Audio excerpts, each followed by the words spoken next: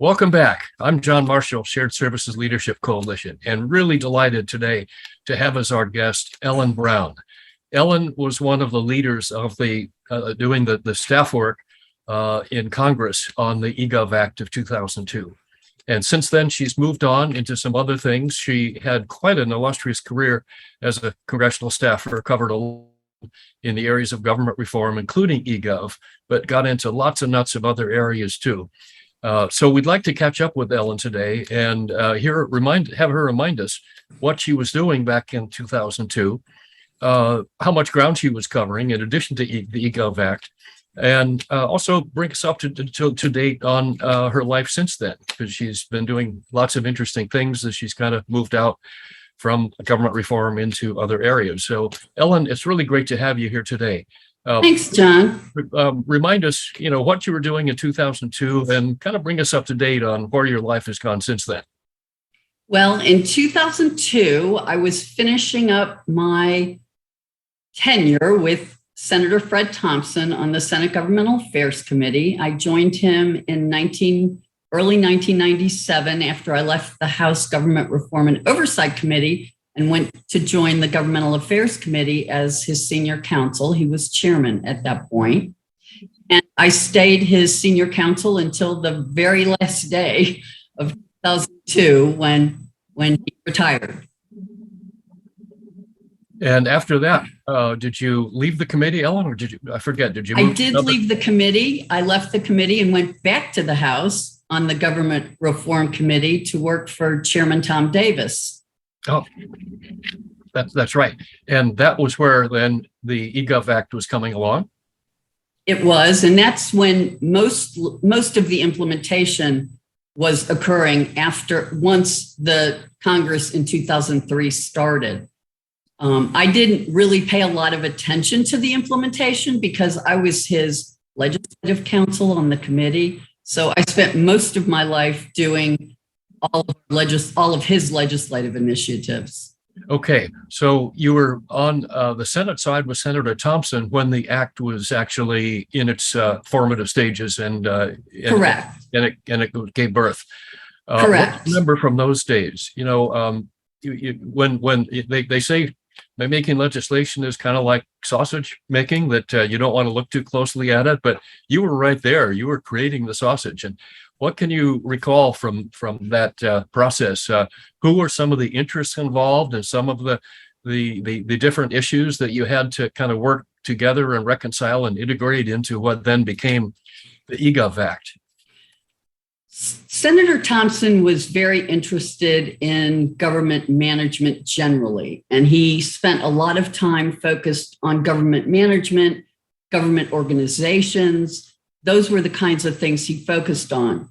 So when the eGov Act was being created, his interest, of course, was more, what are we doing here that's going to better our government management? Are we creating a new problem with new management issues, or are we solving ones that are already there that we know about? And I think he was very concerned at the beginning. I know when Senator Lieberman first introduced the bill, excuse me, he was concerned that, as he put it, are we paving over the cow path, or are we actually doing something better? And I think so our focus a lot was on, are we just rearranging the boxes? Are we actually doing something that's going to benefit the public? Exactly. And one of the boxes that you rearranged, as we recall, was the legislation created for the first time the Office of E-Government and Information Technology inside OMB, and set it up with an administrator and gave it kind of equal footing with the Office of the Controller and the Office of Federal Financial Management and the Office of Federal Procurement Policy. And correct, it became what it is today over time, a kind of a powerhouse, and evolved into what we refer to today as the Office of the Federal CIO. What do you remember about that idea? Because that was creating a big new box in OMB. Was that controversial at the time? Did you guys view that? It actually was. One of the things that Senator Thompson had focused on during his time in the Senate was Senate confirmed positions in the government. And I do recall at some point, I some research on all the Senate confirmed positions in all of the United States government, because he had some concerns that we were slowing things down. We weren't letting the management of government actually take place, and we were spending more time going through Senate confirmations. And we're talking 20 years ago, of course, when now it's even more convoluted. So when the Senate bill was first introduced, it did include a Senate confirmed position, I guess similar to OFPP and the head of OIRA. He was concerned that that would create more problems than it was solving. So we fought very hard to have that position not a Senate confirmed position, presidentially appointed, but not Senate confirmed. I believe as the bill passed the Senate, it still included presidential appointment. Senate confirmation. But as it was ultimately enacted and during the series of negotiations we entered into, we were finally able to convince everyone that that was not a good idea. Yeah. You won. That's how it ended up. That's how it ended up. Yep. There were also some acquisition reforms and some cybersecurity reforms. Correct. Which were kind of an outgrowth of earlier programs, FISMA or whatever it was called in those days. What do you recall about those pieces of the legislation, Ellen? Do you remember who championed them, where they came from, and what their objectives were? Well, Senator Thompson and Senator Lieberman, at the time, I think it was Chairman Thompson and Ranking Member Lieberman, co-authored a cybersecurity bill. It was really an interest of Senator Thompson's to protect information security, especially when you think about when that was and how little we really knew about what was going on. So we did do that legislation. I think it was in 2000. I could be wrong.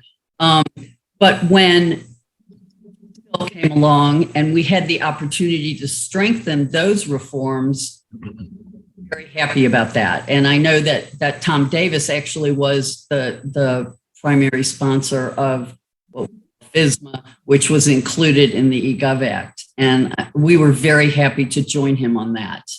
Yeah, that which was really important and has only grown in importance since then.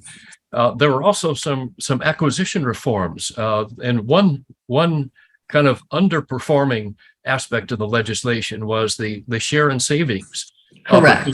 To where an agency could if they could transform a business process and achieve real savings, which could be scored in the budget. Some of those savings could then be retained by the agency, not all given back to Treasury and used to reinvest in mission.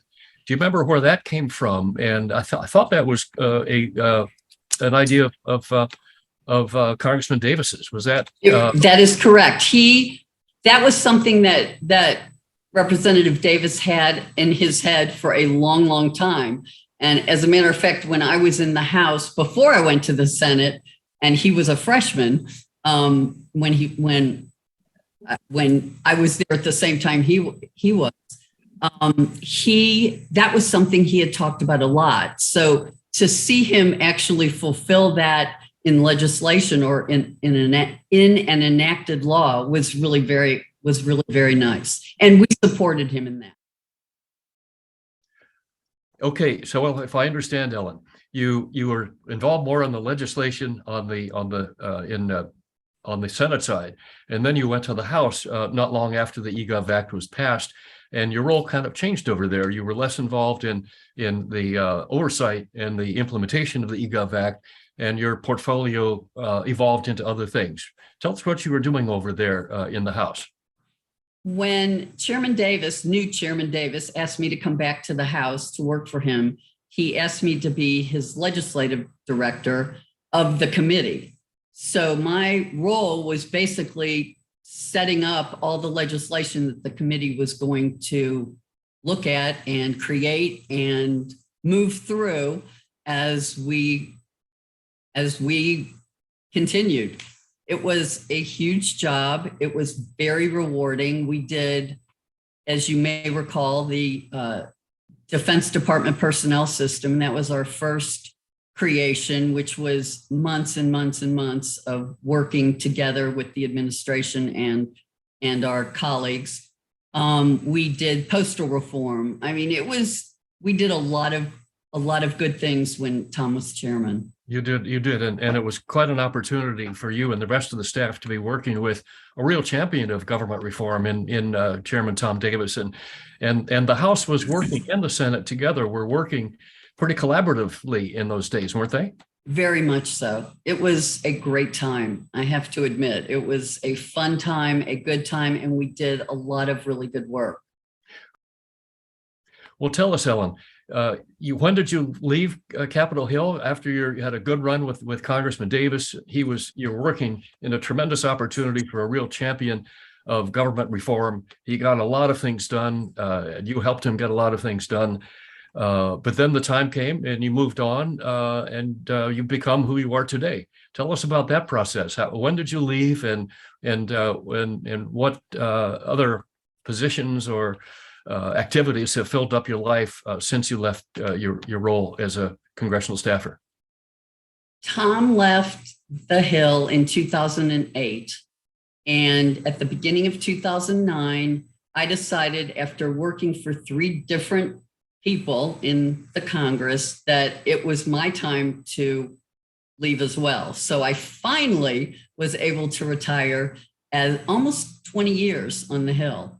So it was a wonderful, wonderful experience. I was involved in so many different things, and I feel really good about my time on the Hill and my career on the Hill. But when I left, I left. I didn't do anything else. My son actually was a junior in high school, the second semester of his junior year in high school. And I came home and said, guess what? I'm going to be home with you every single day. And my 17-year-old son did not think that was like really a good thing. But so that's what I did. I just figured I had some time with my kid before he went away to college. I didn't really spend that much time with him because I worked so much as a Hill staffer for most of his life, all of his life. And I just started enjoying myself. I can't even tell you what I do every day, but it's filled with enjoyable things. We left the Washington, D.C. area at the end of 2018, and we moved out to Shenandoah County in Virginia. And you can see the trees behind me. I mean, life is just beautiful, and I'm really very, very lucky. And I appreciate and have good remembrances of all my friends and all the things that we did when I was lucky enough to be a Capitol Hill staffer for 3 wonderful bosses. Well, that's a great story, Ellen, because it really is a privilege to work there. And there's nothing more exciting to do, I don't think, than to be, part of that process of making things happen in Congress. And, we're all there. Most people who've worked there are drawn to it to do good things for the country. It's a public service. That is true. And I don't think people really realize that, but it is true. And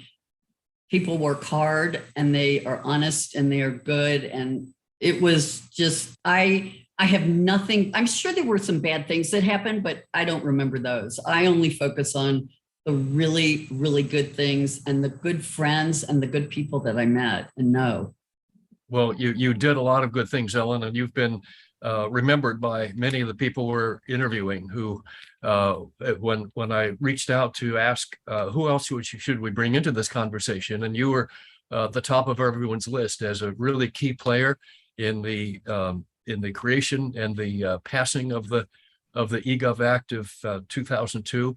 And our conversation here wouldn't be complete without having you being part of it. So thank you, Ellen, for being with us today. It's been a real pleasure to catch up with you. And we wish you nothing but the best and your family for a continued enjoyable retirement in God's country in the Shenandoah Valley. Thank you, John. And thank you for including me. I really appreciate it. Thanks. Have you with us. Thanks, Ellen.